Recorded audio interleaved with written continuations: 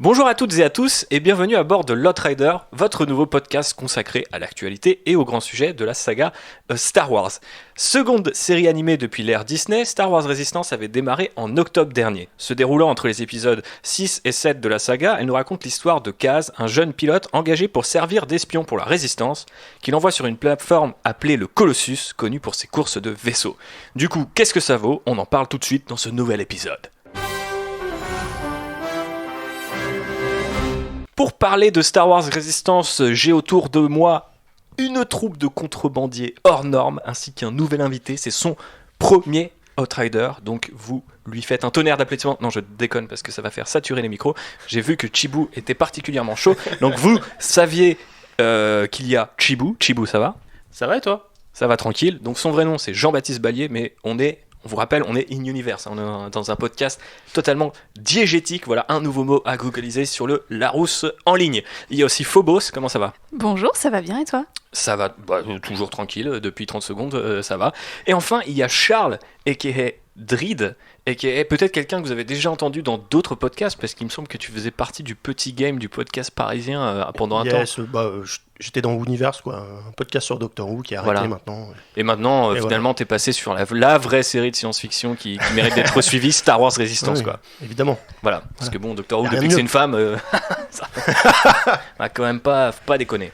Charles, puisque c'était ta première fois au sein de ce vaisseau, est-ce que tu peux nous raconter comment tu as découvert l'univers Star Wars ou les films Star Wars, enfin je ne sais pas, ton premier souvenir impliquant la saga ? Alors je vais pas faire très original, hein. Moi j'ai découvert quand j'étais petit, tu vois, je pourrais plus dire l'âge exactement, mais c'était avec les cassettes qu'avait enregistré mon père quand ça passait à la télé. Donc en fait c'était les vieux, enfin les épisodes 4, 5, 6 enregistrés avec les pubs au milieu, tu vois, et avec le temps je l'ai tellement poncé qu'il y avait des lignes, tu sais, sur l'écran qui se formaient, on voyait rien, c'était un peu rosy tout ça, mais ça donne à la photographie quelque chose de dégueulasse. De dégueulasse, effectivement.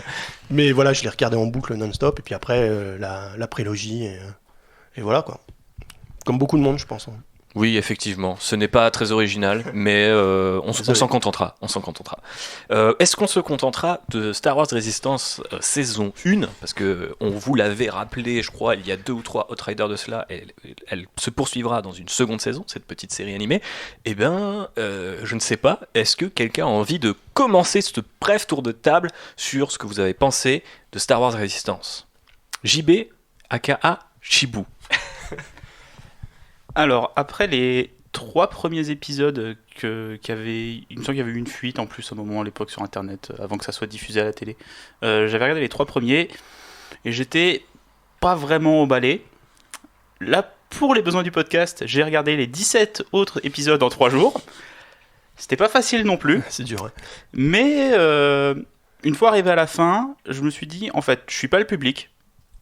Par contre, pour les enfants, c'est vraiment une bonne série. On reviendra dans les détails de pourquoi c'est cool pour les enfants et peut-être leurs parents ou peut-être pas, peut-être leurs grands frères, leurs grandes sœurs. En parlant de grandes sœurs, Phobos. Alors, un peu comme JB, j'avais vu les premiers épisodes qui avaient leaké et honnêtement, j'avais pas trop accroché plus que ça. Et du coup, pareil, je me suis tapé quasiment les 15 derniers épisodes en l'espace d'une semaine.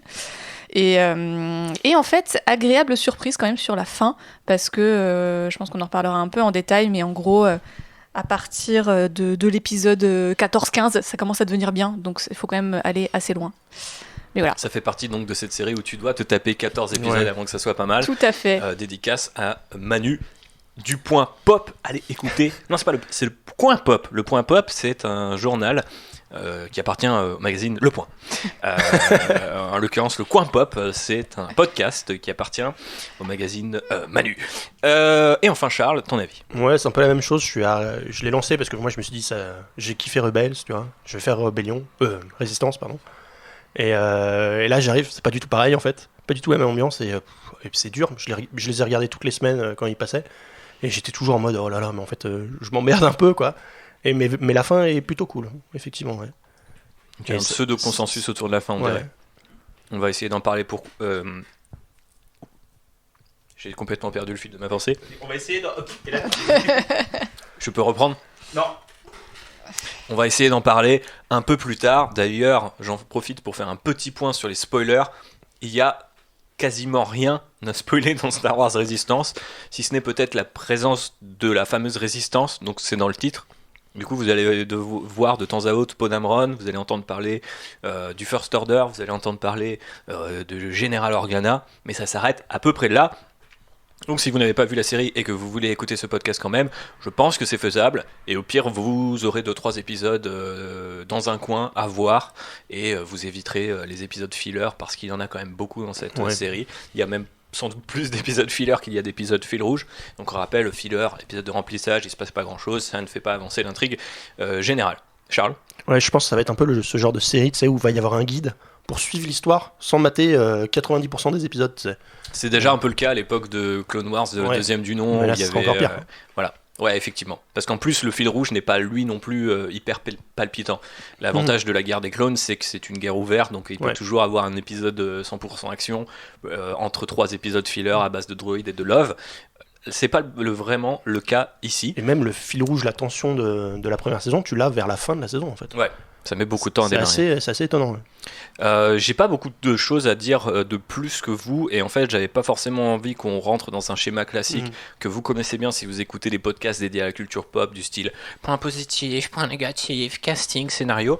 On va plutôt parler de quelques grands thèmes que j'ai notés dans la préparation de ce podcast. Je ne sais pas si vous avez lu le petit programme que je vous ai envoyé, chers invités par le Net, mais je voulais commencer par un sujet qui, je pense, nous a tous exaspérés au sein de cette saison 1 de Star Wars Résistance, c'est Star Wars et le problème du héros stagiaire. Alors là, je mime des guillemets, vous ne voyez pas car ce n'est pas très visuel un podcast, mais le héros stagiaire, j'entends par là le fait qu'on tombe souvent sur des jeunes hommes du côté de la saga Star Wars qui ont un côté un peu réticent, je sais mieux que tout le monde, ne savent pas marcher, donc ils tombent énormément, ils bricolent beaucoup de choses, ils sont assez arrogants, un peu bébêtes.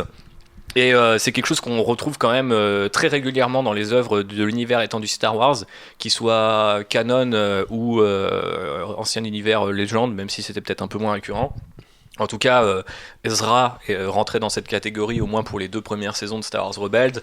Même Anakin ou d'une certaine manière Ahsoka, bon au moins c'était une fille, alors ça changeait un petit peu, mais on est aussi dans ce côté je suis rebelle et je sais mieux que tout le monde, j'ai glissé sur une peau de banane.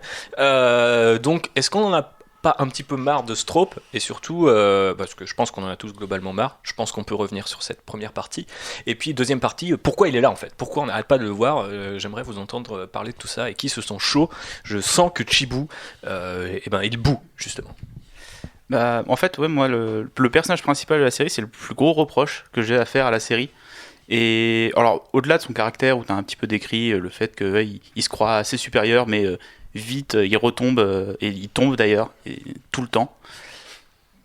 J'ai eu vraiment du mal à m'identifier à lui et à me projeter, à me dire il va lui arriver des trucs un peu importants et je vais m'accrocher à lui. Il est pas très intéressant, il a un background assez lisse, et au final ce qui lui arrive sur la station jusqu'à l'épisode 18, il lui arrive pas grand chose quoi.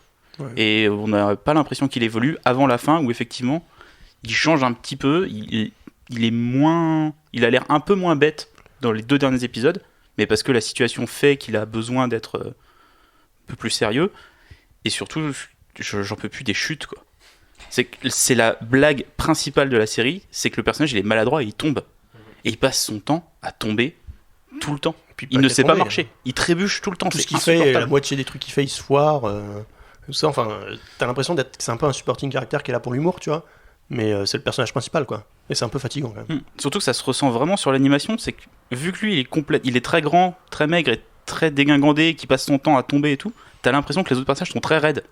Et ça crée une espèce de décalage, je trouve, en tout cas sur les personnages humains, parce qu'il y a beaucoup d'aliens, et là c'est plutôt bien.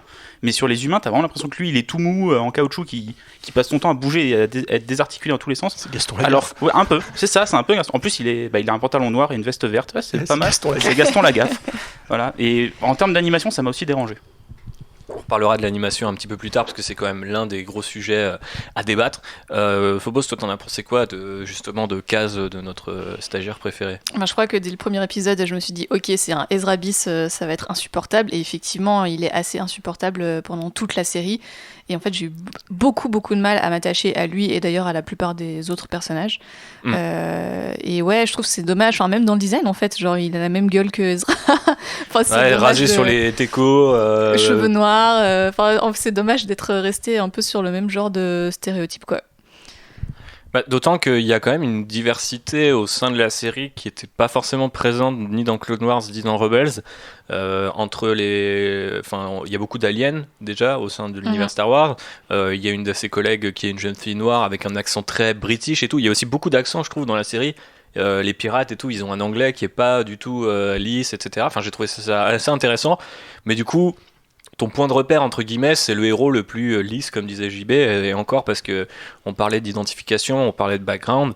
La série démarre quand même en le présentant comme un pilote de la Nouvelle République, ce que tu ne peux pas comprendre si t'es pas au fait du nouvel univers étendu. Je me souviens que c'était hyper flou, et tu disais, attends, mais pourquoi? Enfin, il était déjà avec les gentils, maintenant qu'il est avec un autre genre de gentils, parce que Podameron, le langage, etc. On apprend assez tardivement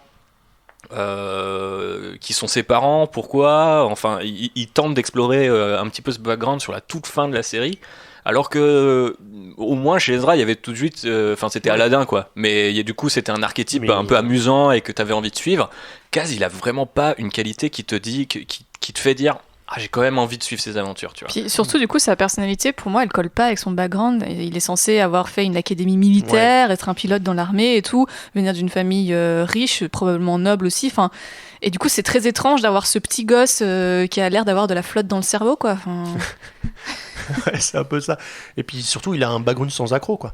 Ezra, tu peux dire, bah oui, il a perdu ses parents, il vit tout seul et tout ça, donc c'est normal qu'il soit un petit peu insupportable aussi. Lui, c'est... Le mec, il a rien vécu. C'est un gosse de riche, quoi. Ouais, c'est un gosse de riche. C'est exactement ça. Tu t'es pas identifié à lui du coup, je déconne, on rigole. Ok, d'autres choses à dire sur ce trope en fait, cet archétype-là. Pourquoi on le retrouve en fait partout à votre avis? Parce que moi je me suis vraiment posé la question. Ça se trouve c'est lisse, donc ça permet aux enfants d'accrocher, de rire, d'où les multiples gags de chute, etc. Je suis persuadé que les enfants sont pas aussi con qu'on le dit, mais de manière générale, et surtout quand on parle de séries animées ou même de livres jeunesse ou je sais pas quoi. Mais j'ai du mal aujourd'hui encore à me dire en 2019, ouais, normal, ton personnage faut qu'il soit lisse au possible, qu'il ait pas de background pour que en fait tout le monde puisse se caser dans cette espèce de je sais pas, de bac, enfin c'est un personnage bac à sable quoi, il remplit aucune fonction. C'était intéressant ce que tu disais, je crois Charles, le fait que il a un rôle de supporting character alors que c'est lui le lead quoi, c'est assez étrange. Mais je pense l'idée c'était de le faire montrer en fait ce qui lui arrive au fur et à mesure, mais en fait ça arrive juste à la fin, c'est la fin qui est vraiment intéressante avec lui, tu vois. Et en fait, tout le long de la saison 1... Mais pourquoi tu as trouvé, sans forcément rentrer dans les détails, mais peut-être pour expliquer aux gens pourquoi il faut s'accrocher, qu'est-ce que tu dirais qui a changé sur la fin en fait? En fait, tout le côté dramatique que tu as sur ces autres personnages, comme Ezra, les autres que tu as cités tout à l'heure, en fait, tu le vois directement dans la saison 1. Tu vois, mais tu le vois à la fin. En fait, et je pense que l'idée, c'était de lui faire vivre, au lieu de dire, voilà ce qui s'est passé. Mais c'est long à venir quoi. Ouais, et puis c'est un petit peu aussi antinomique avec les origines du personnage, comme le rappelait Phobos, où tu te dis si le gars est un militaire, il y a quand même un minimum de rigueur et de solidité à avoir qu'on ne retrouve malheureusement pas. Donc écoute, mon bon Kaz, si tu nous entends, essaye, je sais pas, d'avoir une ellipse de 10 ans entre Star Wars Résistance saison 1 ou 2, ou même un an, suffirait peut-être à le faire grandir. Puisque Charles nous a tendu une jolie perche, et que JB d'ailleurs a fait le lien, et ça, mon petit Chibou, je te félicite, entre le character development et l'animation, parlons de l'aspect visuel, et puis on peut peut-être aussi dériver sur le côté sonore de la série. Qu'est-ce que vous avez pensé de l'animation et du style général de Star Wars Resistance, qui a, on le rappelle pour les gens qui auraient peut-être juste vu un ou deux visuels à droite à gauche, une affiche, un teaser, n'a pas du tout la patte esthétique qu'ont pu avoir les séries Clone Wars et Rebels avant elle, ce qui était étonnant, rafraîchissant en plus dans les premiers designs, les premiers trucs qu'on avait vus, et puis une fois que ça a été animé, on n'était pas tous convaincus. Est-ce qu'on est cette fois convaincus ou non? Une fois que tu as fait le deuil du personnage principal tout mou, je trouve que ça va. Parce qu'il y a un super travail sur la lumière. Les environnements sont très jolis. Il y a beaucoup d'aliens, et les aliens sont hyper bien animés.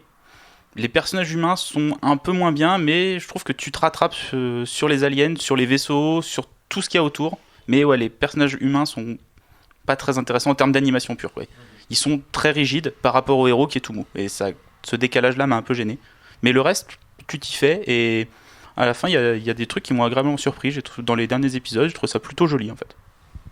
Ouais, il y a vraiment des trucs, moi je pense déjà effectivement à la lumière, où il y avait pas mal de gens qui avaient comparé ça quand les premiers épisodes sont sortis à Zelda Breath of the Wild, et c'est vrai qu'il y a effectivement un petit côté Nintendo un peu dans c'est un côté très jeu vidéo, cel shaded. Ouais, et le côté un peu surexposé en permanence de la lumière, où il y a très peu de noir mais beaucoup d'espèces de blanc très purs, etc. Je trouve plutôt joli et agréable à l'œil. En plus ça donnait un Star Wars un peu, le Colossus en fait, on en a parlé dans l'intro, donc c'est cette station où il y a des courses de vaisseaux, et du coup il est posé sur une planète aquatique pour ceux qui ne le savent pas, donc il y a aussi ce côté un peu insulaire qui est assez intéressant je trouve en tout cas que visuellement ça a amené d'autres choses, et sur une série aussi japonisante aussi, avec il y a des délires quand même un peu kaiju, il y a aussi ce côté endroit un peu magique au milieu de nulle part, j'ai trouvé que même dans les designs des créatures, comme tu le rappelais JB, il y a beaucoup de créativité, et au final, je trouve qu'on s'y fait. Je me demande si c'est pas même plus beau que Rebels, parce que Rebels a encore ces personnages un peu Playmobil, même s'ils avaient fait beaucoup d'efforts sur les environnements. Je me souviens que la reprise de la dernière saison de Rebels sur Mandalore, qui est un désert gigantesque, c'était hyper moche, alors que là, c'est toujours très riche. Il y a même des mouvements de caméra, des fois, qui sont super intéressants avec les vaisseaux et tout ça. Donc, je trouve vraiment Star Wars Resistance pas dégueu de ce point de vue-là. Qu'est-ce que vous en pensez, Phobos, Drid ? Moi en fait je suis assez restée sur ma première impression, à savoir que le style d'animation fonctionne hyper bien pour tout ce qui est décor, pour tout ce qui est vaisseau en fait, tout ce qui a des lignes assez droites. Par contre effectivement sur les personnages humains je trouve que c'est pas très élégant, et ça donne ce côté un peu poupée un peu molle, on sait pas trop ce qu'ils ont. Ils ont des jambes qui sont très longues aussi. Ça me perturbe beaucoup au niveau des proportions. Après sur la plupart des extraterrestres ça marche quand même, donc ça c'est cool, mais il y a quand même 2-3 persos, notamment je pense aux 2 petits enfants là, je sais plus, j'ai perdu leur nom. Les deux immigrés clandestins de la plateforme avec les cheveux en curly là, ouais, c'est flippant. Ah non, mais leurs yeux et tout, et en plus ça c'est un truc en termes de character development, on refait un petit bond en arrière, mais il y a vraiment des oublis en fait dans cette série. Donc je parlais du développement de la Nouvelle République, il y a un épisode qui se termine sur un cliff et qui reprend sur le même cliff, mais c'est pas filmé de la même manière. Et c'est pas exactement le même dialogue, ouais. C'est très perturbant. Et il y a aussi ce truc-là des enfants qui sont en fait des immigrés clandestins qui ont échappé au First Order et que Kaz va cacher. Et tu les revois 6 épisodes plus tard et on t'apprend qu'ils ont des visions cheloues ou des trucs comme ça. Donc ces fameux épisodes Kaiju de Star Wars Resistance, qui est par ailleurs assez neuneux mais plutôt agréable à regarder. Mais je me disais, mais des fois j'ai l'impression qu'ils oublient un personnage pendant... Enfin tu sais, t'as des studios qui ont travaillé sur des personnages, et puis à un moment il y a un autre studio qui prend le relais et qui fait ah ouais c'est vrai, eux ils ont fini leur épisode comme ça. Et enfin j'ai trouvé que c'était super bizarre. Et puis ouais, effectivement, du coup l'animation, pour revenir au sujet dont on parlait, elle est pas hyper uniforme par rapport à ça. T'as vraiment des persos, ceux-là ils sont terrifiants franchement, avec leurs cheveux en curly marron et leurs yeux verts de chat là, mais franchement j'ai les poils. Charles, et toi Charles? Ouais, je suis un peu pareil, je suis un peu mitigé sur l'animation. D'un côté, je trouve que c'est pas mal sur les expressions en fait, quand tu compares à Rebels. Du coup, il y a plus d'expressions, c'est aussi beaucoup plus coloré en fait. Là où ce que disait JB ou toi, je sais plus, c'est que Rebels, de temps en temps, c'était assez moche. En fait, là, c'est parce qu'en fait, Rebels, il y avait un problème de texture de temps en temps. Il y avait des textures vraiment dégueulasses qui étaient plaquées sur des modèles 3D, et ça se voyait, c'était flou, c'était pas beau et tout. Et là, t'as vraiment des trucs très, très lisses, mais qui avec le style qui est un peu aplati. Très net, quoi. Très net, ça claque bien, en fait. Mm-hmm. Et c'est très coloré aussi, et ça donne une image assez sympa à voir. Mais après, il y a toujours ce côté un peu jeu vidéo, moi, qui me bloque toujours un petit peu quand je vois des passages, quoi.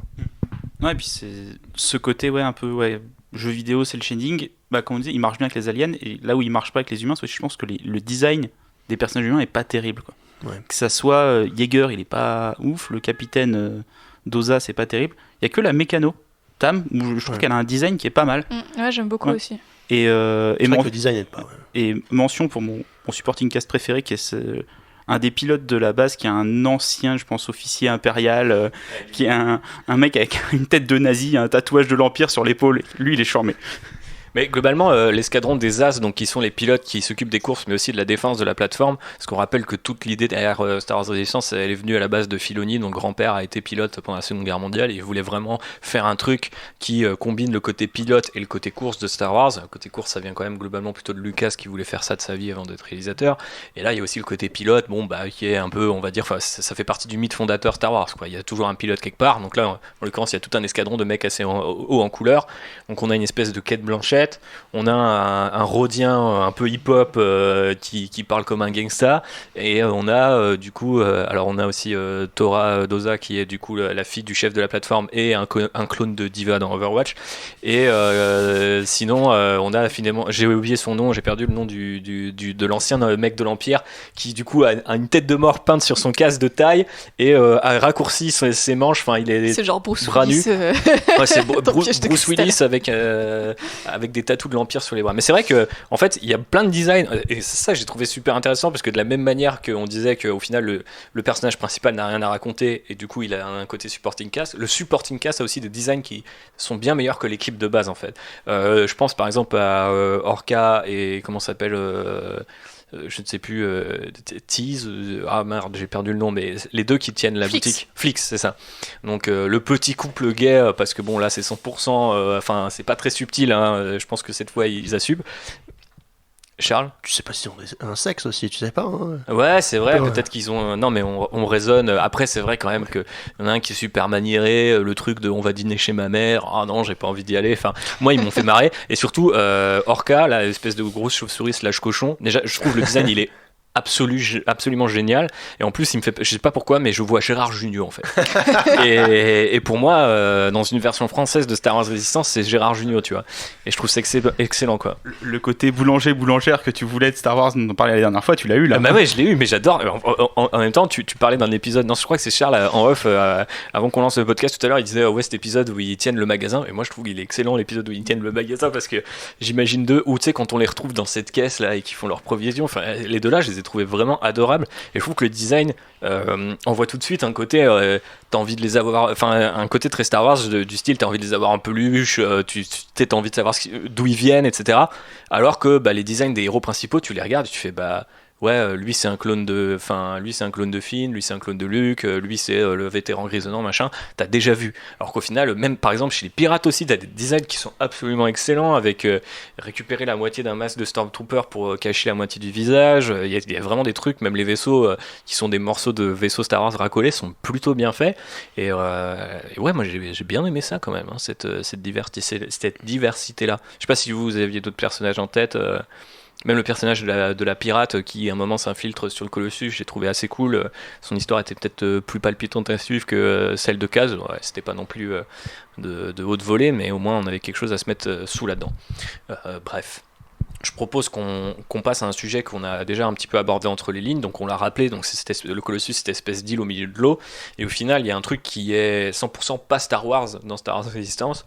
C'est le fait que tous les épisodes ou presque se passent dans un même endroit. Est-ce que pour vous ça a changé la donne, ça permet d'aller vers d'autres choses? Qu'est-ce que vous avez pensé de cette narration un peu sédentaire dans la série? Parce que normalement dans Star Wars, on se balade de planète en planète. Alors on l'a dit, hein, la série derrière compense avec quand même beaucoup de diversité en termes de perso, en termes de design, d'ambiance, etc. Mais on reste quand même globalement toujours au même endroit. Déjà, si tu réfléchis juste en termes de production, de ne pas avoir à refaire des environnements différents sur tous les épisodes, ça permet justement de se concentrer sur les personnages, sur la lumière et sur ce genre de choses. Donc je pense qu'on n'aurait pas eu un casting de personnages de second plan ou juste de passants derrière, un truc comme ça, aussi riche, si on avait changé d'endroit à chaque épisode. Donc ça, je pense que c'est une des réussites de la série. Et ça, c'était nouveau pour Star Wars d'être tout le temps au même endroit. Et c'est assez sympa, quoi. Parce que tu la connais à la fin, la station. Tu connais le bar, tu connais l'atelier, les magasins, le marché, tout ça. Même si tu as quand même des couloirs qui, au bout d'un moment, sont quand même assez redondants. Ouais. J'ai toujours l'impression de voir les mêmes couloirs et les mêmes caisses, tu sais. Ah bah les couloirs, les caisses et les grilles que tu soulèves sur le sol pour te cacher en dessous. Toujours les mêmes trucs réutilisés, quoi. C'est bien sur certains points parce que ça permet de mettre l'accent sur les personnages secondaires et sur des effets de lumière et de décor, mais après il y a quelques redondances au niveau des décors pas très importants qui arrivent. Ouais, du coup, ça crée une espèce de vie où on voit un peu les mêmes, pour reprendre le vocabulaire jeu vidéo, on revoit un peu les mêmes PNJ qui se baladent dans le décor.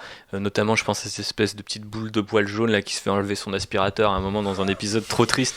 Espèce de mignon là. Ouais. Et non, mais il y a pas mal de persos comme ça que tu vois souvent en arrière-plan. Et cette espèce de vieille mémé, tu sais, avec les, tu sais, qui parle jamais mais qui fait juste comme ça, avec, tu sais, qui a une tête de Yoda bleue un peu chelou là.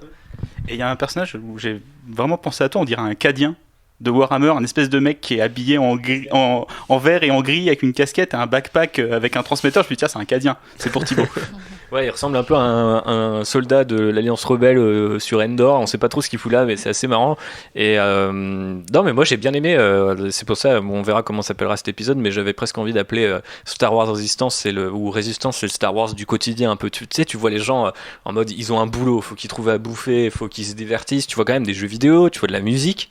Enfin, t'entends de la musique, t'as quand même énormément de trucs qu'on n'avait jamais osé vraiment toucher dans Star Wars. Et puis ça le traite pas trop, mais il y a même un peu un moment, une espèce de structure sociale qui se forme dans la station, tu sais, entre les pilotes qui sont dans la tour en haut et puis les autres qui sont un peu en bas. Mais c'est pas non plus extrêmement c'est pas parcouru, mais c'est sympa dans l'idée, quoi. Mais c'est pas non plus l'objectif principal, j'ai l'impression, de la série. On parlera de l'aspect politique juste après, si t'as envie de mettre 2-3 idées dans ta tête. Phobos, t'as pensé quoi justement de ce côté sédentaire? T'as bien aimé ou tu voulais voir plus de choses? Je trouvais ça cool de découvrir le quotidien effectivement des gens. Après, parfois il y avait un côté frustrant. Enfin, on ressentait presque le côté un peu claustrophobique, tu vois, d'être bloqué sur cette minuscule station en fait, parce qu'elle est vraiment toute petite quoi, sur cette planète. Et c'est vrai qu'il y a quand même un épisode, il me semble, où un ou deux, où ils vont quand même dans l'espace, ou alors ils vont carrément sur une autre planète. Et là, tu te dis ah ouais. Ça fait un peu plaisir quand même, un peu de changer d'air. Et du coup, en plus, vu qu'on sait visuellement c'est hyper beau, tu dis ok, j'ai envie de voir d'autres trucs hyper beaux, tu vois, genre montrez-moi des palais, des jungles, j'en sais rien quoi. Mais du coup, il y avait ce côté un peu frustrant quand même de rester toujours au même endroit pendant 21 épisodes. Je vais te laisser la parole tout de suite pour embrayer justement sur le côté un peu politique de la série. On a parlé de diversité tout à l'heure. On sait que ça se passe entre les épisodes 6 et 7, et du coup la grande inconnue, et pour beaucoup de fans ou de moins fans de Star Wars, on va dire le grand défaut de cette nouvelle post-logie, nouvelle trilogie, c'est le First Order. D'où il vient, pourquoi il est là, comment un autre empire dans l'Empire a pu renaître, juste après l'Empire. Et au final, on en apprend quand même un petit peu plus là-dessus, quelles sont leurs méthodes, comment les gens aussi les accueillent ou les craignent. Donc ça c'est un autre aspect politique de la série. Et puis il y a effectivement ce côté un peu, cette verticalité avec les gens qui vivent au sommet de la station et qui sont très très bien, des gens qui vivent on va dire au milieu de la station et qui sont à peu près bien, et des gens qui vivent dans le sous-sol, notamment des tortues gamins flippants dont JB nous parlera tout à l'heure, et des gamins flippants, mais ça on en a déjà parlé. Alors qui veut se lancer sur la partie gilet jaune de ce podcast? Non, je veux bien en parler. Effectivement, c'est un truc que j'ai trouvé plaisant, qui se révèle surtout sur la fin de la série quand même. On est clairement sur une série pour enfants qui va quand même parler de la montée du fascisme, de la déportation des opposants politiques, la persécution de populations immigrées. Enfin, t'as quand même beaucoup de sujets qui sont hyper touchy et que tu vois pas forcément dans un épisode de Oui Oui ou de Franklin, quoi. Donc, pour le coup, c'est hyper... moi, je trouve que c'est hyper plaisant, et c'est ce qui fait, je pense, vraiment la richesse en fait de la série. C'est de parler de thématiques. On sait où il aurait atterri, Franklin, par contre, s'il était dans sa race. Oui, il serait aussi seul. Donc voilà, donc c'est hyper... c'est hyper cool, je pense, en ces temps un peu troublés, d'avoir une série qui s'adresse aux enfants et qui montre la nécessité de se rebeller face à un ordre injuste et autoritaire. Charles a l'air super convaincu, mais il a peut-être quelque chose à ajouter. Non, je l'avais pas forcément vu sous cet angle-là, mais oui, effectivement, il y a beaucoup d'épisodes qui parlent rien que celui des gamins, justement, où c'est clairement un message sur l'immigration, tout ça. Et je pense qu'il faut plus voir du côté États-Unis, tu vois, que européens comme nous, où c'est plus les immigrés mexicains, un petit peu tout ça, mais le parallèle est assez facile à faire, mais ouais. Mais surtout, ce que j'ai trouvé intéressant, c'est qu'ils auraient très bien pu, puisqu'on va le spoiler tout de suite, la saison 1 se termine globalement à l'époque de The Force Awakens, en même temps que le film The Force Awakens se termine. du coup, ils auraient très bien pu considérer que le First Order, quelques semaines, quelques mois avant The Force Awakens, est déjà là, est déjà une menace, etc. Même si typiquement dans The Force Awakens, les mecs ont l'air surpris que les types ont une troisième étoile noire. Donc bon, est-ce qu'ils connaissent vraiment la menace du truc, on ne sait pas. Mais justement, ils ont choisi de le traiter différemment de l'Empire, où quelque part, t'as encore aujourd'hui des gens qui sont ah non mais moi je voudrais trop être dans l'Empire, j'adore les Stormtroopers et tout. Et toi t'es en mode genre. Ouais, tu vois qu'ils sont pas si mal vus que ça en fait. Ouais, et surtout, que c'est beaucoup plus pernicieux que juste un grand méchant à moustache qui arrive et qui fait. D'ailleurs, il n'y a pas de méchant à moustache, il y a un Stormtrooper doré, ce qui est plus ou moins l'équivalent du First Order du méchant à moustache. Mais je trouvais justement que c'était super intéressant la façon dont c'était fait, où les mecs faisaient des accords, venaient négocier, etc. Et là aussi, on peut faire des parallèles avec aujourd'hui, où l'extrême droite, un côté paramilitaire aussi, peut à un moment rassurer certaines personnes par rapport à des menaces qui sont autres. Les pirates dans Star Wars Resistance. Non, mais même sur la station, t'as pas mal de gens qui te disent bah non, ils les voient pas vraiment comme des méchants, que genre Tam. Ils voient plus ça comme deux camps opposés, politiquement, que vraiment les gentils et les méchants, quoi, tu vois. Et c'est vrai que tu peux le voir de ce côté-là, même si toi tu sais vis-à-vis de l'histoire de Star Wars, mais je suppose que eux ont beaucoup d'informations en moins, tu vois. Il y a pas de Ils ont peut-être pas tous les infos sur ce qu'a fait l'Empire et tout ça, et ce qui fait qu'ils ont une vue un peu biaisée de l'histoire, qui fait qu'ils voient le First Order de façon pas si négative que ça. Oui, et puis la manière qu'a le First Order de s'installer, c'est... En fait, ils agissent un peu comme une mafia. C'est-à-dire qu'ils vont voir les gens en disant alors, il va peut-être vous arriver des trucs, on peut vous protéger moyennant finance. Et en fait, c'est eux qui s'arrangent pour envoyer des pirates et pour en fait devenir nécessaires. Donc, la manière qu'a le First Order de s'installer sur l'île, c'est vraiment c'est des méthodes de la mafia. Donc, ils n'arrivent pas directement avec leurs gros sabots en disant voilà, on est le First Order, maintenant vous nous obéissez, vous nous appartenez. C'est une conquête, c'est petit à petit. Ils arrivent, au début, il y a deux troopers, après il y en a 3, il y en a 4. La garnison, elle augmente, et puis au final, ils prennent le pouvoir.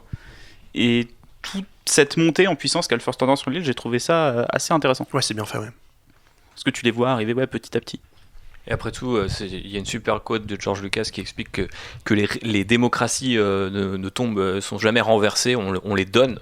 Et au final, ça faisait vachement écho à ce bon George qu'on oublie que c'était un social justice warrior avant l'heure et qu'il était en mode bah ouais, en fait, ils ont jamais renversé en fait la démocratie et d'ailleurs, est-ce que c'était vraiment une démocratie, la Colossus? On peut en discuter, ça avait l'air quand même d'être dysfonctionnel, mais c'est assez intéressant la façon dont le First Order se positionne. Et moi, j'ai trouvé ça super cool de pas les avoir. Il y a un seul truc imaginé, après c'est une série pour enfants donc ça se justifie aussi là-dessus, c'est que le First Order dans The Force Awakens et dans The Last Jedi dans une moindre mesure est présenté comme extrêmement efficace. Genre je me souviens qu'un truc qui m'avait frappé la première fois que j'ai vu The Force Awakens, c'est que la première scène que tu vois avec les Stormtroopers, ils font ce que est censé faire un Stormtrooper, c'est-à-dire terroriser des gens, tuer des gens, cramer des gens dans un village, etc. Alors que finalement dans la trilogie originale on me disait c'était les méchants. Mais je peux comprendre pourquoi il y a encore des ados ou même des fans de Star Wars qui disent oh bah tu sais, faut bien imagine une démocratie à l'échelle galactique, ça doit quand même être difficile à gérer. Et puis de toute façon les First Order, les Stormtroopers, on les a pas vus tuer des gens. Quelque part on les voit jamais, si des Ewoks.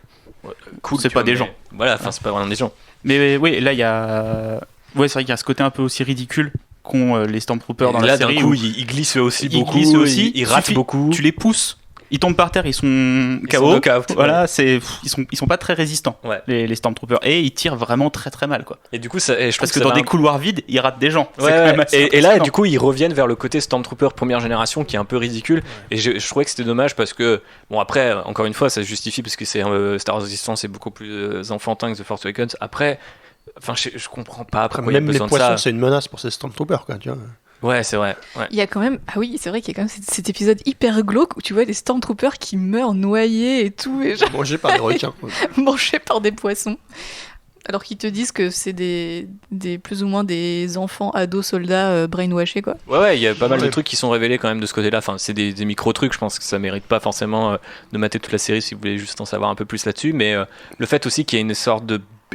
T'as déjà des bureaucrates en fait dans le First Order contre des mecs qui sont juste là pour casser de l'immigrant en fait. Enfin, c'est assez marrant de voir les différentes factions. Enfin, marrant, je ne sais pas, mais. Ouais, et puis pour juste revenir un tout petit peu sur l'aspect politique et comment les gens perçoivent le First Order, on a dans la série des gens qui sont pas sympathisants mais qui laissent faire en fait en disant oui, on est un peu plus en sécurité maintenant et il n'y a pas de on pourrait croire que ah oui, mais le symbole du Stormtrooper fait peur aux gens. Alors que là, non, parce que tu vois qu'il y a des gens qui avant, grâce à l'Empire, avaient du travail, ce genre de choses, qui pour eux, les Stormtroopers font pas peur. Il y a il y a ce pilote qui a son ancien casque. On voit chez les pirates qu'il y a des vestiges. L'imagerie de l'Empire, en fait, elle est encore un peu là. Mais c'était une des belles réussites justement. Et les gens se disent bah oui, c'était l'Empire, c'était là avant, maintenant c'est plus là. Bon, on s'en accommode quoi. Ouais, et puis d'ailleurs, il y a toute cette génération, et là aussi ça résonne avec l'histoire, qui est la nôtre, où à un moment il y a Tam qui dit de toute façon. Je vois pas pourquoi il nous ferait du mal, et Yeager lui dit t'as pas connu l'Empire en fait, tu vois, genre c'est comme ça que ça est arrivé, et ça se reproduit, et tu peux y voir un parallèle où il y a pas mal de gens qui aujourd'hui se disent mais non c'est bon. Et les gens qui disent bah oui mais je risque rien, j'ai rien à me reprocher aussi, tu vois. Ce côté-là, moi j'ai rien fait de mal, donc c'est pas grave le fascisme. Ouais. Tu nous as séché là. Quelque chose à rajouter, Charles, Phobos? Non, la politique ne vous inspire plus. Alors, on a quand même un petit peu, j'avais mis un point sur le Star Wars du quotidien, donc on en a déjà un petit peu parlé. Qu'est-ce qu'on avait oublié? Les métiers, on en a parlé, les jeux vidéo, on en a parlé, la musique aussi, il y a des animaux de compagnie, il y a pas mal de bestioles. Si vous aimez le Star Wars des bestioles, comme on l'appelle, moi je sais que je suis conquis, hein. Il y a des épisodes quand même 100% bestioles, il y a des épisodes 100% droïdes aussi, ça c'est un truc, ça c'est une filonisation de Star Wars, c'est les épisodes 100% droïdes, il y en a toujours un. Et, ça manque d'animaux mystiques quand même. Ça manque de Bendu, tu veux dire. Le Keiju était pas mal quand même, l'épisode Keiju. Ou des loups psychiques là. Ouais, ça c'était pas mal quand même. Mais honnêtement, saison 4, là, c'est de Rebels, on revient un peu là-dessus, mais c'était vraiment fort. Hein. Là-dessus, c'est vrai que la façon dont ça avait amené beaucoup de nouveautés, en comparaison, si vous vous attendez à découvrir autant de choses avec Star Wars Resistance, rappelez-vous que c'est le Star Wars du quotidien. Donc voilà, si vous êtes quelqu'un qui aime bien la petite comédie française autour de la boulangerie avec Fabrice Lucchini et Karine Viard, c'est bien, vous pouvez y aller, mais sinon c'est dur. Et tant qu'on est un peu dans le quotidien, mis à part les enfants où il y a un côté un peu mystique, on parle pas de la Force. Ouais, c'est ça qui m'a manqué en fait. Il n'y a pas de Force, il n'y a pas de Jedi. Y a pas ça. Et moi j'étais content de pas en avoir. Moi j'étais content, ouais. C'est bon, il n'y a pas que ça tout le temps, quoi. Il y a des moments où j'étais là, parce qu'en plus, vu que du coup dans mon esprit, Ezra se télescope avec Kaz, je me disais, ok, c'est bon, il va tendre la main et il y a les 3 Stormtroopers qui vont s'envoler, quoi. Et non, et du coup je me suis dit, ah tiens, c'est vrai qu'il n'y a pas la Force et ça me manque quand même un peu, parce que c'est quand même Star Wars aussi, quoi. Ça se discute. Ouais, pour un truc pour enfants quand même, là. Enfin, moi je m'attendais à voir la Force, tu sais, qui est un peu le truc magique, sympa pour les enfants, et plutôt les trucs sans Force, pour moi je les assimile plus à des trucs un peu plus sérieux, genre Solo. Non, celui d'avant. Rogue One. Ouais, Rogue One, tu vois, mais en fait ça fait du bien. Moi je suis pas moi tous les délires avec voir des bastons avec 100 Jedi et tout ça, ça m'intéresse pas tellement, tu vois. Et ça, pour ça, c'est bienvenu, mais ça sera l'objet peut-être d'un jour d'un autre podcast, mais sur les futures trilogies de Ryan Johnson et des mecs de Game of Thrones, parce qu'on dira jamais leur nom. Mais ouais, c'est vrai. Est-ce que la surenchère de Force peut être un angle marketing comme un autre? Je ne sais pas. Moi, en l'occurrence, j'en suis pas convaincu. Mais ça nous mène au dernier point que je voulais aborder, ce que ça apporte à l'univers Star Wars en général. Alors, qu'est-ce qu'on a découvert? Alors, on a vu des nouveaux héros, on en a parlé. On en apprend un petit peu plus sur la Nouvelle République, sa tolérance par rapport au First Order. Il y a eu aussi des petites rumeurs comme quoi Thora, donc Fi, pourrait être liée à Sabine par rapport à un indice sur son épaule. Moi j'y crois pas du tout, je pense que c'est juste une petite référence. Il y a aussi des gens qui disent oui mais là le symbole du phénix de Sabine dans sa chambre, pour moi c'est pas le même. Bon, il y avait aussi quelques apparitions remarquées de Poe Dameron et de Captain Phasma. D'ailleurs autant Poe Dameron j'ai trouvé son utilisation hyper cool, autant Phasma, genre elle est là, mais en fait ils ont un Phasma en or, et tu te demandes pourquoi ils ont, enfin je sais pas, Gwendoline Christie, elle avait besoin d'un petit chèque, ils voulaient la consoler après ce qui lui arrivait à son perso dans Star Wars 8 ou un truc comme ça, mais en plus je trouve que du coup elle fait trop tiep par rapport au mec doré, qui est assez menaçant, et aussi au Major, là, l'espèce d'as en rouge, qui a un design assez classe. Voilà, qu'est-ce que vous avez pensé des petits ajouts ça et là, ce qu'on apprend sur le monde? Il n'y a pas énormément de choses comme on disait, parce qu'il n'y a pas la Force déjà, donc il n'y a pas non plus... Non, mais je pense qu'il y a beaucoup de trucs quand même si on ne te l'avait pas expliqué dans les films et tout ça, tu t'en doutais que ça se passait un peu comme ça, en fait. T'sais. Tu penses à quoi, par exemple? Alors, c'est un truc que tu avais dit tout à l'heure, tu sais, genre comment se passe la relation entre First Order et République, en fait. Tu sais que tu comprends qu'il y a un espèce de laisser-faire et tout ça, tu comprends que, enfin, avec d'autres trucs de l'univers étendu, tu comprenais que Leia elle était un peu toute seule dans son coin. Là, tu le revois. Mais c'est des trucs, tu le revois plus en détail, mais c'est des trucs que tu savais déjà un peu d'une certaine façon, quoi. Tu le vois, et puis il te parle un petit peu de géographie, et tu comprends que le First Order, ils sont quand même très très loin du système d'Ostian Prime, je sais plus, là où est installée la Nouvelle République, et que c'est vraiment, ils sont dans les régions reculées, et que c'est loin, on verra plus tard quand ça arrivera, quoi. Après, c'est peut-être des trucs que je sais, parce que j'ai vu des trucs dans l'autre. Parce que c'est pas dit directement dans les films, mais c'est des trucs qui sont à peu près abordés dans d'autres choses de l'univers étendu. Mais peut-être que je me dis, j'essaie de me remettre dans la peau d'un enfant qui a vu que les films, en fait. Ça lui apprend quand même peut-être pas mal de choses, lui, de son côté. Effectivement. Et puis il y a quand même pas mal de détails sur la cartographie aussi un peu de la galaxie, parce qu'ils ont l'air d'être vachement en bordure, et on nous parle pas mal des régions inconnues, un truc qui... alors, je crois que j'en ai déjà parlé dans le podcast, et du coup je vais radoter, mais ça veut tout et rien dire, parce qu'en fait appeler une région les régions inconnues, c'est très pratique quand tu veux tu sors une nouvelle trilogie du chapeau et que tu te dis en fait elle se passe pas exactement au même endroit, et donc déjà tu peux imaginer d'autres types de design, d'autres types de trucs. Je sais pas s'ils utiliseront cette carte Joker, parce que globalement je la trouve hyper faible. Ouais, c'est les régions inconnues, vous savez, on l'a mentionné dans Rebelle saison 4, dans Star Wars Resistance, dans Star Wars 9, tu vois, elle était là genre oui, mais en même temps ça s'appelle les régions inconnues, c'est pas comme si on parlait d'une autre galaxie, on se disait putain, et qu'est-ce qu'il y a là-bas, ça s'appelle les régions inconnues, c'est un peu t'es au milieu de ta région française et tu fais putain, la forêt là-bas, j'ai jamais été, ce serait pas mal s'il y aurait un spin-off de le gendarme de Saint-Tropez, mais qui se passe là-dedans.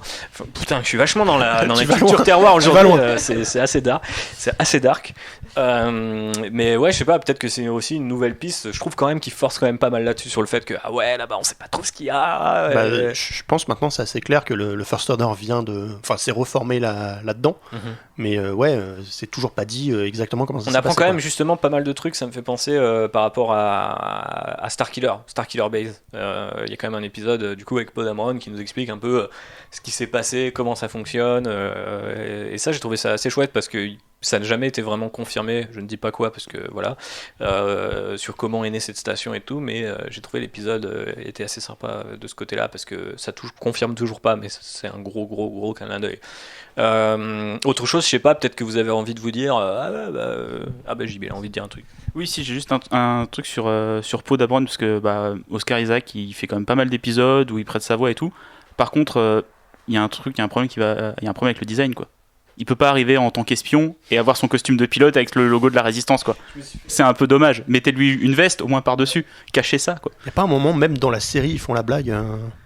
Il me semblait à un moment qu'ils faisaient la remarque. Il me semble que c'est le dernier épisode où du coup le First Order a pris, dans les derniers épisodes, et qu'il arrive et qu'il lui dit je suis un espion, je pouvais pas arriver avec mon X-Wing, et t'es là genre mais gros, tu portes une tenue orange avec le symbole de la Résistance dessus, tu vois, donc c'est quand même un peu chaud. Mais là je me suis fait la réflexion, surtout que le design il existe, parce qu'il me semble que dans le premier épisode il a sa veste et il est pas en tenue de pilote dans le premier épisode, donc ou les premiers épisodes, donc j'ai pas compris ce choix là, et j'en reviens du coup à ce côté. Je crois que l'un des studios qui travaille dessus c'est le Lucasfilm Shanghai, si tu dis pas de bêtises, du coup j'ai l'impression qu'il y a certains épisodes que les gens se parlent pas, qu'il y a vraiment des épisodes qui sont traités d'un truc à l'autre, et que tu vois par exemple cette erreur de costume, l'erreur de cliffhanger entre l'avant-dernier épisode et le dernier épisode aussi, il est assez chaud.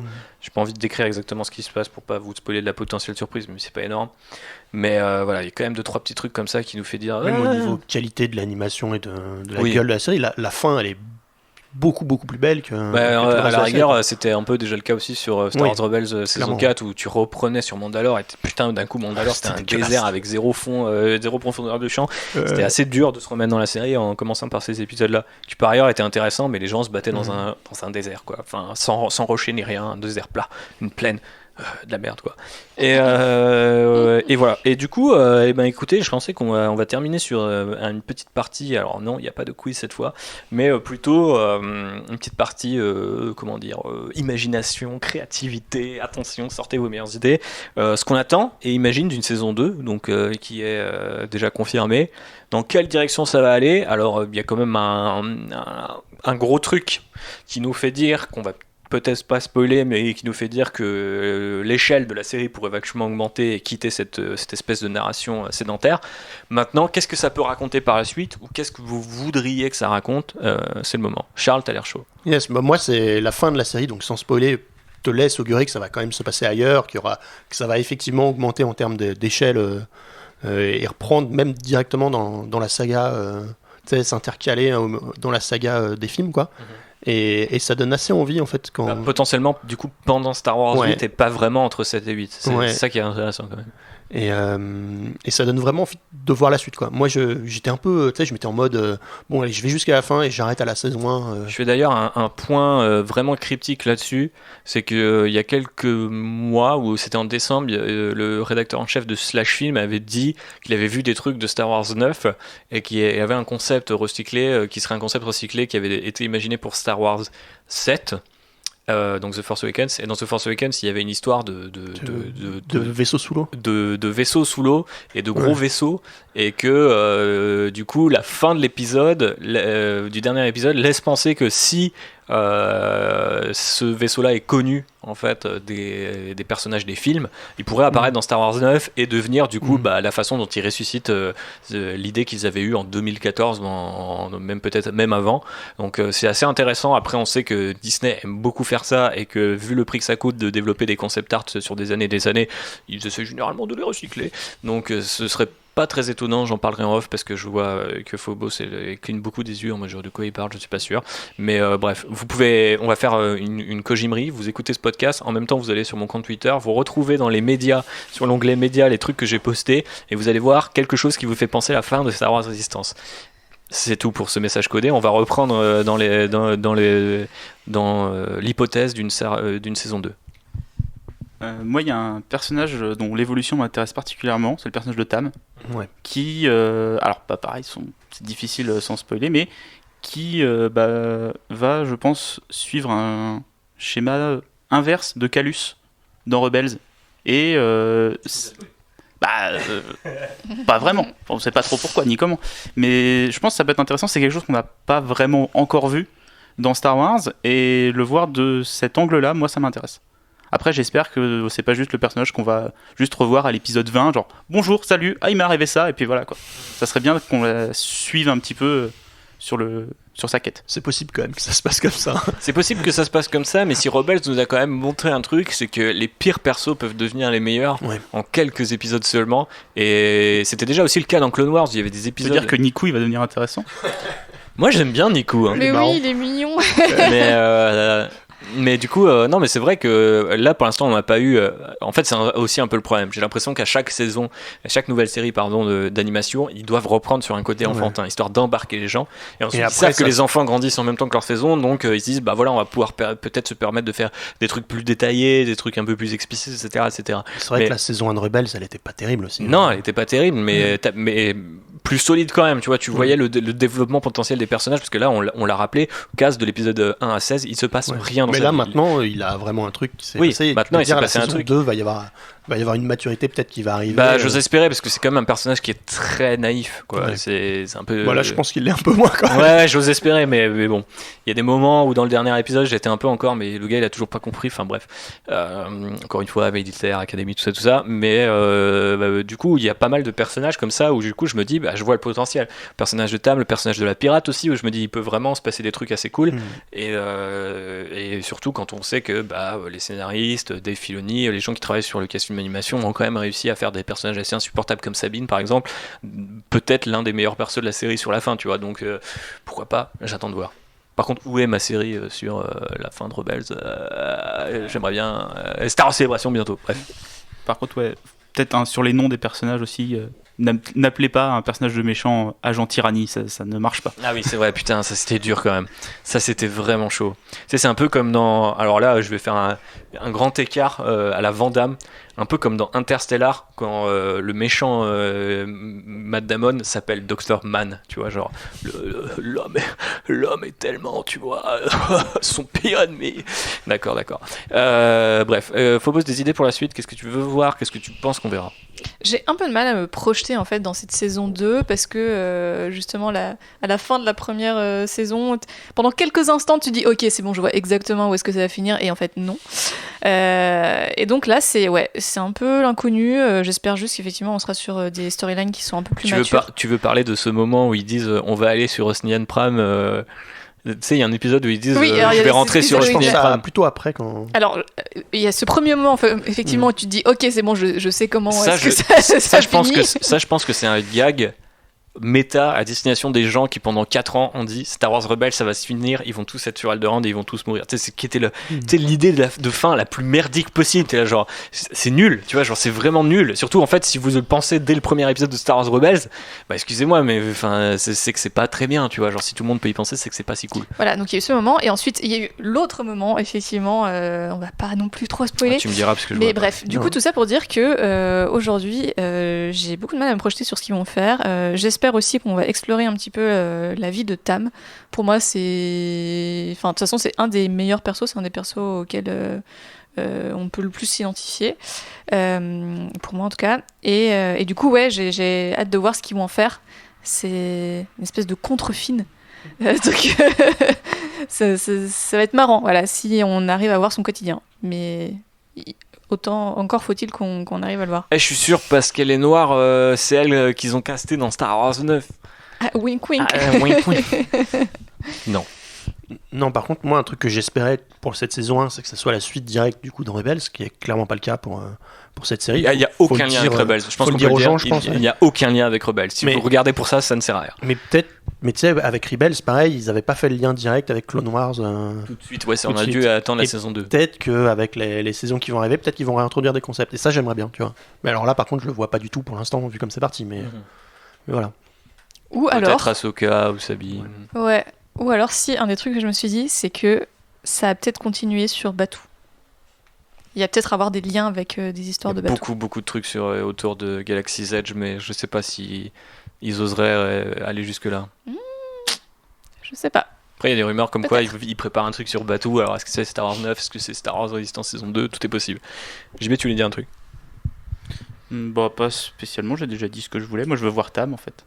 En fait, enlevez Kaz, faites juste une série sur Tam, ce serait plus intéressant. C'est un peu ce qui s'est passé dans certaines saisons de Rebels où le pauvre Ezra était vachement en retrait. Donc après, voilà. Et le seul truc qu'on demande, c'est ramenez pas Dark Maul. on rigole bien. On rigole bien. T'imagines le délire? Dark Maul ou des cubes qui flottent, tu vois, et puis moi j'arrête directement. Dark Maul, mais à la place des jambes, il a un cube qui flotte. Gros concept. Ouais, moi je sais pas, je suis un peu comme toi, Phobos, j'ai du mal à voir dans quelle direction ça va, à part l'espèce de truc cryptique que j'ai essayé de dire, et que voilà, ça s'appelle Star Wars Resistance, donc est-ce qu'ils vont faire le ralliement avec ce qui reste de la Résistance? Tout va dépendre en fait de quand est-ce qu'ils vont choisir de démarrer la série aussi, parce qu'ils peuvent très bien suivre le côté The Last Jedi et ça se passe quelques minutes après. Ou ils peuvent très bien nous dire c'est entre 8 et 9 ou même pendant 8.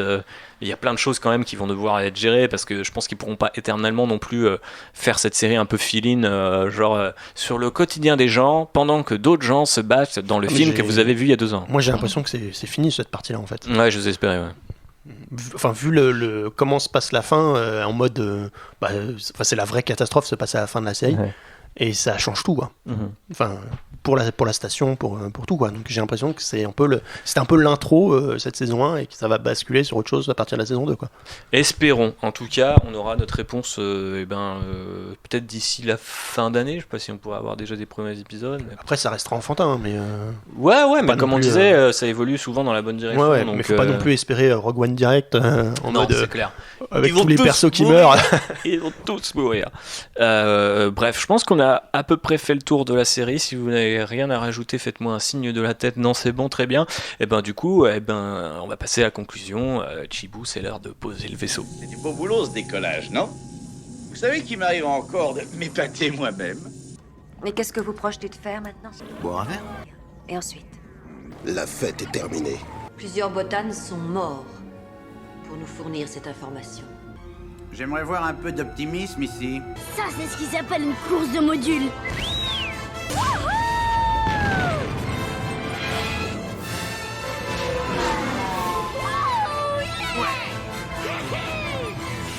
Pour conclure, en somme, à qui proposerait-on cette série, messieurs, dames? Alors, bon, si vous êtes un enfant et que vous écoutez ce podcast, ça m'étonnerait énormément, mais si vous avez des enfants ou dans votre entourage, je sais pas, jusqu'à 7 ans, 8 ans, ça peut être une bonne série. Après, si vous êtes un adulte, vous regardez les épisodes 1, 2, 17, 18, 19 et 20 et ça suffit. Voilà, faudrait qu'on fasse faudrait que vous fassiez un petit tweet avec les épisodes à mater et tout le reste qu'on peut jeter, quoi, tu vois. Revoir un peu le sommaire de tous les épisodes. Voilà. Tu vois, mais moi, franchement, pour les enfants, c'est vraiment bien. Je pense vraiment. J'étais très déçu, moi, après les 3 premiers épisodes, et là, après avoir tout vu, j'ai dit, bah, ouais. Et après, gamin, j'aurais kiffé. Et après, vous les enchaînez pas tous d'un coup, hein, quand même. C'est un peu traumatisant. Il y a vraiment un ventre mou au milieu au bout de 10-12 épisodes, et surtout. Enchaîner les épisodes filler, c'est un peu dur. Ouais. C'est un peu moins dur quand tu te dis ah putain, j'ai hâte de voir la suite. Ah ouais, le nouvel épisode est là. Ah, c'est un épisode. Non, mais filler. Tu vois, quand c'est ton épisode de la semaine, oui, tu t'en fous un peu. Tu perds 20 minutes et puis voilà, quoi. Mais quand tu manges tes cornflakes devant. Exactement. Et j'allais faire une référence au test audio qui ne figure pas dans le podcast sur le petit déj de Phobos, mais voilà, heureusement je me suis arrêté avant que ça parte en couille. Donc voilà, plutôt aux gens qui ont des enfants, si vous avez des petits frères, des petits neveux, des enfants directement à vous, c'est-à-dire vous les avez conçus. Je vous fais pas un dessin et je vous fais un dessin quand même, mais très bonne référence. Mais voilà, donc Star Wars Resistance, c'est pas obligatoire. Je pense qu'on peut le dire. Maintenant, ça se regarde bien à un rythme peu soutenu. Peut-être par exemple pour tenir jusqu'à la Star Wars Célébration, vous pouvez vous en faire un de temps en temps. Mais comme disait JB, 1, 2, 3 et 17 à 20 ou quelque chose comme ça, ça peut paraître... Ça fait 3 heures, vous pouvez regarder ça en 2 soirs ou en une grosse soirée. Et puis voilà.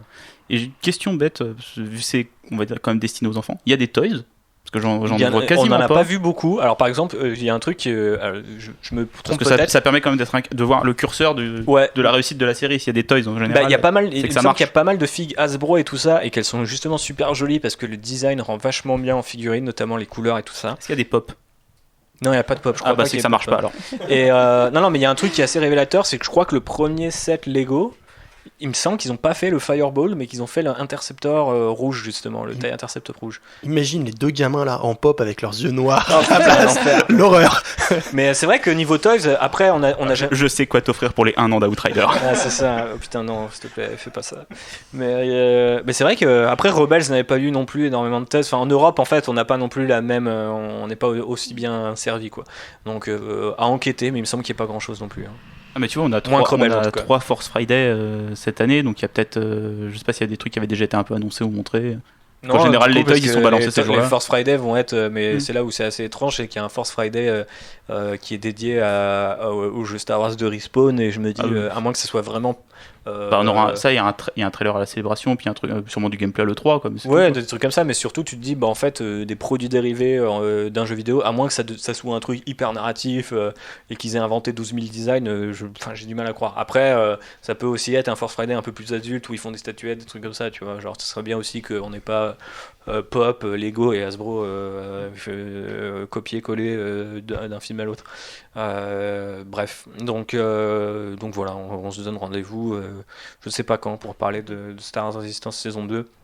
Je pense que ça arrivera à l'automne si je dis pas de bêtises, parce qu'en plus c'est produit quand même de manière assez rapide. Bref, on passe à un petit tour d'actu de nos invités quand même, un petit coup de pub, un petit coup d'actu, un petit coup de tout.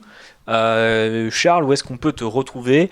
Est-ce que tu as envie de suggérer quelque chose à nos auditeurs, ou est-ce que tu as envie de parler de ta vie ? Tu peux même faire les deux, puisque ce podcast n'est pas très long. Yes. Alors moi, on peut me retrouver sur Twitter sur le nom Drid, D-R-I-E-D.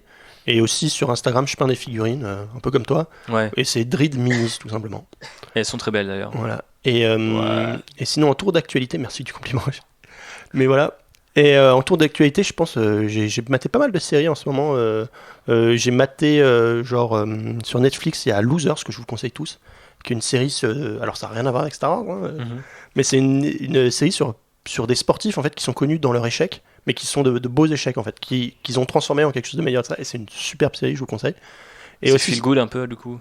Pardon ? C'est feel good un peu. Ouais, c'est très feel good et tout ça, et puis en même temps c'est des trucs assez importants parce qu'on parle beaucoup des victoires, mais on parle assez peu des défaites et ce qu'on peut tirer quand même dans la défaite. Et cette série, et il y a des anecdotes mais magnifiques dedans. Ok. Et l'autre, je pense, j'ai envie de la citer, même si je l'ai pas terminé parce que je pense que tout le monde l'a vu ici, c'est comment il s'appelle, Love, Death and Robots. Ouais. On n'a pas fini non plus. Voilà, où j'ai vu le début, que je trouve ça sympa. Il y a beaucoup d'idées d'animation et tout ça. Je suis pas non plus sur le cul, quoi, mais Mais pour l'instant, il y a pas mal. J'ai l'impression que la semaine dernière, c'était le truc du siècle, Ouais, presque, voilà. tu vois, d'après Twitter, et que maintenant on n'en parle plus parce que c'est Ouais, l'ère ouais. Netflix, Ouais. les micro-buzz d'un week-end. C'est ça. Mais voilà. Mais il y a quand même quelques épisodes assez ouf dans le tas. Phobos. Peut-être qu'on n'en parle plus parce que c'était très moyen aussi. Ouais, je sais pas si c'est très moyen, mais en fait le problème c'est d'une anthologie de courts-métrages, c'est que il suffit que tu retiennes 3 et t'as l'impression que c'est génial, sauf que t'as oublié qu'il y en a 20. Et puis c'est le problème du business model de Netflix aussi, où ils balancent tout d'un coup et puis après c'est fini quoi. Est-ce que ça sera mieux sur Disney+? La dernière rumeur nous parle d'une série consacrée aux Ewoks. Alors bon, voilà. Non, c'est vrai en plus, hein, c'est une vraie rumeur. Enfin, ouais. Je dis pas que c'est vrai, je pense pas que ce soit avéré, mais c'est la nouvelle rumeur des séries Disney+. Phobos, toi, quelle est l'actu? Quelle est une recommandation? Pas Love, Death and Robots, du coup, visiblement. Non, l'actu, c'est que j'enregistre très bientôt un podcast pour Actionneur où, de manière exceptionnelle, je serai la lead du podcast parce qu'on va parler des personnages féminins dans tu vas glisser sur des pots de les banane actions. Exactement, dans les films d'action. Donc voilà, il y a ça qui est en préparation. Toujours un petit costume d'Overwatch parce que oui, maintenant c'est officiel. On va à la London Comic Con à la fin du mois de mai. Voilà, avec un petit groupe Overwatch. Donc voilà pour les actus du moment. Et en termes de recommandations, si vous arrivez encore à le trouver en salle, j'ai beaucoup aimé Mary Stuart, Reine d'Écosse, qu'on a vu il y a quand même 2-3 semaines, qui est très très chouette. Avec Jean-Baptiste d'ailleurs. Voilà, que j'ai beaucoup aimé et The Favorite, si ça passe encore dans le coin, n'hésitez pas. Ok, Djibouti. Bah, moi, je vis ma meilleure vie de célibataire en ce moment parce que ma copine est en vacances en Australie. Elle revient quand là? Elle revient dimanche prochain. Ah yes, on a donc, encore en un fait, week-end à geeker. Je peins énormément de figurines en ce moment et d'ailleurs j'ai reçu mon aérographe, donc je vais pouvoir en peindre encore plus. Yes. Et à côté de ça, j'ai enregistré la première partie de l'hommage collatéral sur Terry Pratchett avec César. Et bon, on a fait 3h30, on a fait la moitié du programme. Et lui qui me disait que là, pour le coup, il n'y avait aucun risque que ça se déroule en plusieurs épisodes. Voilà, donc je pense qu'on refera encore 3h30 pour la deuxième partie. Okay. Mais voilà, ça me fait plaisir de parler de cet auteur. Bah oui, je sais qu'il est cher à ton cœur. Et puis voilà, moi l'actu, je ne sais pas trop ce qui se passe, c'est tranquille. J'ai aussi un costume à faire, j'ai pas commencé. J'ai des figurines à peindre, j'ai pas trop beaucoup commencé. J'aimerais trouver le temps de jouer à Battlefield 5, j'ai pas trop le temps. Je prépare des podcasts. Là, on a fait 2-3 préparations avec Rémi, mon frère, qui doit nous écouter. Donc Rémi, wesh, ça va bien. Donc on va faire un podcast sur Lego Star Wars. On l'a teasé assez, vous le savez. Donc on va faire un podcast Lego Star Wars qui sera assez fat normalement. Un autre un peu plus surprise. Donc j'ai un peu déroulé là les prochains épisodes. Donc normalement on est assez bon jusque l'été où ça va commencer à être très tranquille. À moins qu'on ait une D23 et une Comic-Con bien remplie, ce qui est potentiellement fort possible. Avant ça, il y aura la Star Wars Célébration. Donc là, il faut qu'on en discute à la fin de ce podcast, parce qu'il faut quand même qu'on fasse un podcast spécial sur le panel de Ray Park. Non, mais je déconne, mais en vrai, si vous avez des suggestions, n'hésitez pas à les dropper, et on essaiera d'étudier ça. Mais vous pouvez vous attendre à ce que potentiellement il n'y ait pas de trader jusqu'à la célébration, mais qu'il y ait 2-3 surprises, ou en tout cas beaucoup de contenu autour de la célébration, parce que ces cons-là ont quand même décidé de faire un panel pour Star Wars 9, un panel pour The Mandalorian, un panel pour les 20 ans de la menace fantôme, qui peut aussi être très intéressant dans le cadre d'un futur podcast sur la menace fantôme, et enfin un panel sur le jeu Respawn, donc ça fait quand même pas mal de contenu. Et un panel Galaxy's Edge quand même. Ah c'est vrai, un panel Phobos, stage Phobos. Et pour fêter les 20 ans de la menace fantôme, ils ont invité Hayden Christensen. Bah ouais, non, mais Jake Claude est encore en prison en train de dealer du crack, donc putain, je suis vraiment... J'espère qu'il y aura un panel sur Hayden Christensen. Mais attends, mais moi je me suis dit, franchement, tu sais, pour les 40 ans, ils avaient quand même fait venir, donc la précédente célébration, ils avaient quand même fait venir George Lucas, Hayden Christensen aussi. Il y avait Harrison Ford, je crois, qui était là, il me semble, qui n'était pas venu à deux. Pas venu parce qu'il c'est pas le moment où il s'était pété la gueule en avion là. Non, mais justement, il n'avait pas pu venir à la 2015 à l'époque de The Force Awakens. Je crois qu'il était venu pour celle-là. Donc il y a l'hommage à Carrie Fisher et tout. Mais je me dis, est-ce que ce serait pas excellent s'ils font revenir tout le cast de tu sais, genre il y a Nathalie Portman qui débarque, Qui-Gon en vrai, tu sais, Liam Neeson, ils lui disent, tu sais, il y a des gens des pays de l'Est à taper, il vient. Il y a un noir à tuer, il va venir. Vu il en est maintenant dans sa vie. Et puis non, mais même je me suis dit, genre c'est con, mais Evan McGregor, il est jamais venu en fait, tu vois, donc pourquoi pas. Il viendra quand il annoncera le film Obi-Wan. Non, il vient au panel de la Mass Photo et il annonce la série Disney Plus Obi-Wan. Et là, on l'a tous dans l'os. C'est de 8 épisodes d'1 heure où il regarde juste un feu. Yes. Ouais. Tu peux le mettre en fond. Et ça se termine quand Dark Maul arrive. Allez, il a déjà ressuscité. Bref, on vous prépare des petites choses pour la Star Wars Célébration. Restez connectés. N'oubliez pas de mettre un maximum d'étoiles pour nous dire à quel point vous nous aimez et nous envoyer la sephore dont on a besoin pour percer sur les réseaux sociaux. Parce que, ces derniers temps, nous avons besoin de vous. Et en fait, on a toujours besoin de vous. C'est comme ça que ça marche un podcast. Mais n'oubliez pas, on est à l'épisode 18, je crois. Donc c'est important de continuer à nous supporter d'un mois à l'autre, s'il vous plaît. Enfin, même tous les 15 jours, parce qu'on essaie de faire plus ou moins tous les 15 jours. Bref, d'ici la Star Wars Célébration, portez-vous bien et que la force soit avec vous. Des bisous. Ciao. Bisous. Eh bien, Votre Altesse, c'est l'heure des adieux. Oui, je crois. Surtout, ne me remerciez pas tous à la fois. Alors, t'as eu ton fric et tu tires ta révérence? Si on réussit à éviter que les bonnes femmes s'en mêlent, on devrait pouvoir se tirer de là. Oh, tu fous la merde partout. Ne m'énerve pas, petit gars. Prends ta pelle et ton seau et va jouer. Allez, on y